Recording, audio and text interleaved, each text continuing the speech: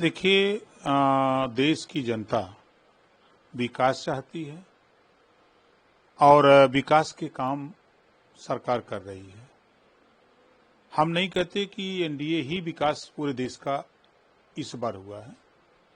ये एक अनवरत प्रक्रिया है और इस सरकार में उसको ज्यादा गति मिली है। जैसे आज के 30 साल पहले खुले में शौच लोग जाते थे, लेकिन इधर 10 साल के अंदर एनडीए सरकार ने सबको मजबूर कर दिया शौचालय में जाने के लिए। चूंकि बाहर शौच करने से बीमारियां फैलती थी, तरह तरह के रोग होते थे, उससे बचाव का काम सरकार ने किया। एक बड़ा फैसला, हम लोग व्यक्तिगत शौचालय 12,000 रुपया दे रहे हैं कि आप खुद प्रोत्साहन राशि आप खुद बनवा लो, हम आपको 12,000 दे रहे हैं। इधर जो चीजें सरकार ने किया, चाहे आयुष्मान कार्ड जो गरीब के इलाज का सवाल, ये काम पिछली सरकारों में नहीं हो पाया। 5 लाख कक्षा 8 पास, 21 साल से 40 साल की उम्र, बिना ब्याज का लोन, नौजवानों को रोजगार करने के लिए, ये काम पूर्व की सरकारों ने नहीं कर पाई। जीरो पॉवर्टी, जिनको आवास, शौचालय, पेंशन, राशन कार्ड नहीं बना, आयुष्मान कार्ड, रास्ते नहीं बने, शिक्षा नहीं मिली, तो उनको शिक्षा फ्री और केंद्र और प्रदेश सरकार की सारी योजना एक साथ उसको देकर के 15 लाख परिवार को एक साथ विकास की मुख्य धारा में लाने का काम। तो ये जो जनता से जुड़े हुए इशू हैं, उस इशू पर जनता संतुष्ट है। कांग्रेस पार्टी के लोग कहा करते थे कि हम दिल्ली से 100 रुपया भेजते हैं तो धरातल पे 10 रुपया पहुंचता है। इस सरकार में नई तकनीकी आई और सीधे खाते से, सरकार के खाते से लाभार्थी के खाते में, चाहे किसान सम्मान निधि हो, चाहे पेंशन का पैसा हो, सीधे उसके खाते में जा रहा है। इस नाते अब वो 100% वहां पहुंच रहा है लाभार्थी के खाते में। तो ये योजनाओं का लाभ, विकास के सवाल पर अगर आप देखिए, लोग कहते हैं विकास नहीं है। आप किसी रेलवे स्टेशन पर चले जाइए जहां ट्रेनों का ठहराव होता है, आपको लगेगा कि प्लेटफार्म का डेवलपमेंट हुआ, रेलवे पटरियों का डेवलपमेंट हुआ, साफ सफाई का डेवलपमेंट हुआ है। तो चीजें जनता को क्या चाहिए? विकास चाहिए। क्या कर रहे हैं? जैसे हम ही को लोग कहते हैं कि 22 साल हो गया, क्या किए? हम जो करते हैं सीना ठोक के करते हैं। इसके पहले भी सरकार थी, बीजेपी की, राजनाथ जी मुख्यमंत्री थे, रामप्रकाश गुप्ता जी मुख्यमंत्री थे, कल्याण जी मुख्यमंत्री थे, अखिलेश जी थे, मुलायम जी थे, मायावती जी थी, तमाम मुख्यमंत्री हुए। सन 52 से चुनाव हो रहे हैं, तब से सीएम बन रहे हैं, लेकिन किसी का ध्यान गरीबों की तरफ नहीं गया। लेकिन ओम प्रकाश राजभर शुरू किया, पार्टी बना करके कहा कि सत्ता में जिस दिन जाऊंगा, गरीबों के बच्चे जो होमगार्ड की वर्दी पहन के जाते हैं उनको नया यूनिफॉर्म दिलाऊंगा, जूता मोजा टाई बैग दिलाऊंगा। दिला दिया। तो आज वो पूरे प्रदेश के 25 करोड़ आबादी में लोगों को मिल रहा है ना, उन गरीबों को मिल रहा है, लाभ मिल रहा है, वो उसका लाभ उठा रहे हैं। इस तरह की योजना हम तो अपनी जाति के लोगों पर कहते हैं कि 22 साल पीछे जाओ और 22 साल के अंदर देखो। आप कल तक सिपाही के लिए 22 साल पहले तरसते थे कि कोई सिपाही नहीं है, आज हजारों सिपाही भारतीय समाज पार्टी ओम प्रकाश राजभर के आंदोलन के चलते हजारों सिपाही बन गए, दरोगा बन गए, एसडीएम बन रहे हैं, जज बन रहे हैं, लेकिन लोग कहते हैं नहीं है। तो ये विकास के जो काम हो रहे हैं, वो काम से जनता खुश है, जनता वोट दे रही है।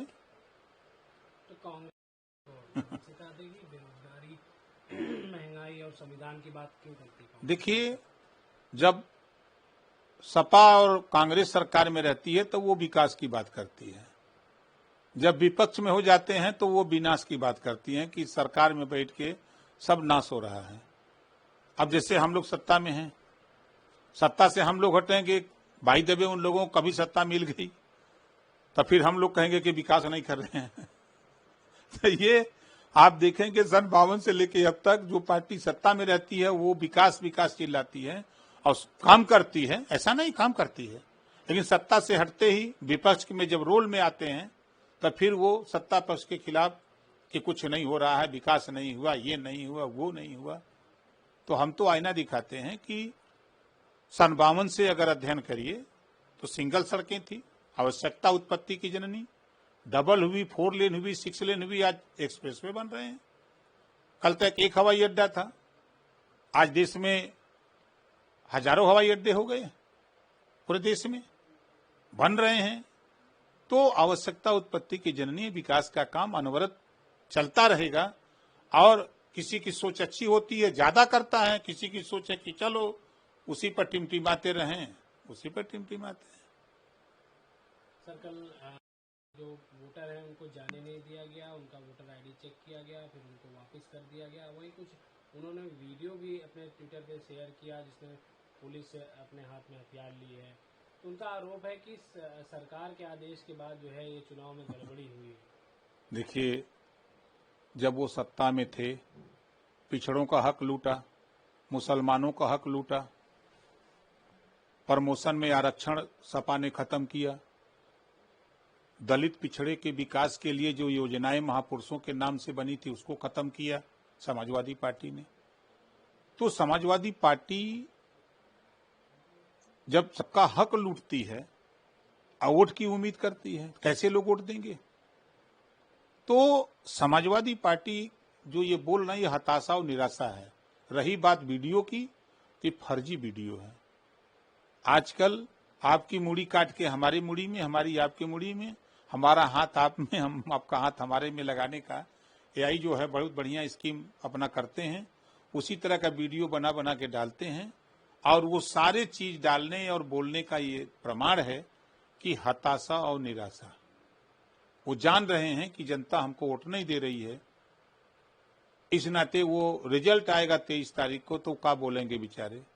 इसी से पहले ही से चिल्ला रहे हैं कि पुलिस ने लूट लिया, ये कर दिया। अरे चुनाव आयोग ने स्पष्ट निर्देश दिया कि पुलिस आईडी नहीं चेक करेगी, लेकिन जो पीठासीन अधिकारी जो वोट डलवाने गए हैं वो तो चेक करेंगे।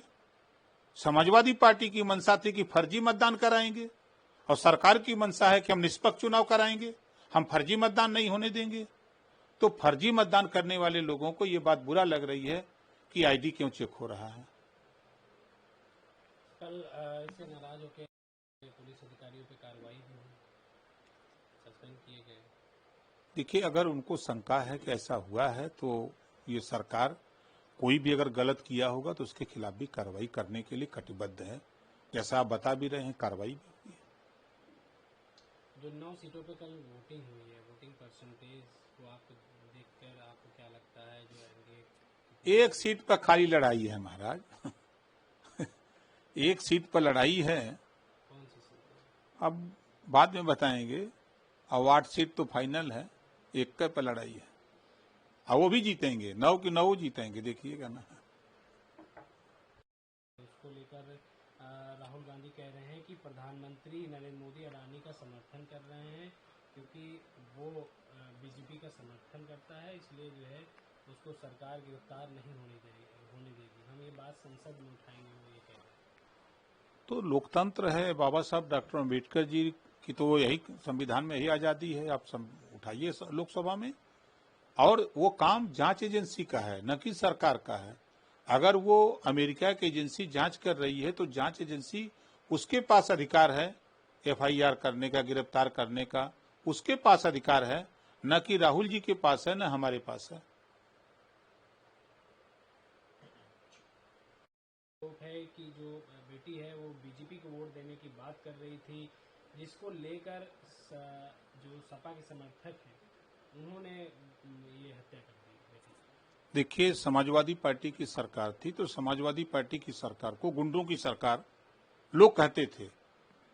और जिस मुंह से समाजवादी पार्टी के मुखिया दलितों के वोट लेने की बात करते हैं और वो दलित अगर वोट न दे तो उसकी हत्या हो जाएगी, समाजवादी पार्टी को वोट न दे तो हत्या हो जाएगी, समाजवादी पार्टी को वोट न दे तो बकरी चली गई खेत में तो बकरी को तो मारेंगे ही, गाय को मारेंगे ही, और जो हाँकने जाएगा, जिसका पशु है वो अगर हाँकने जाएगा उसको भी पीटते हैं। ये समाजवादियों का कल्चर है। कहिएगा तो हम भी वीडियो दे देंगे, हम भी आपको वीडियो दिखा देंगे।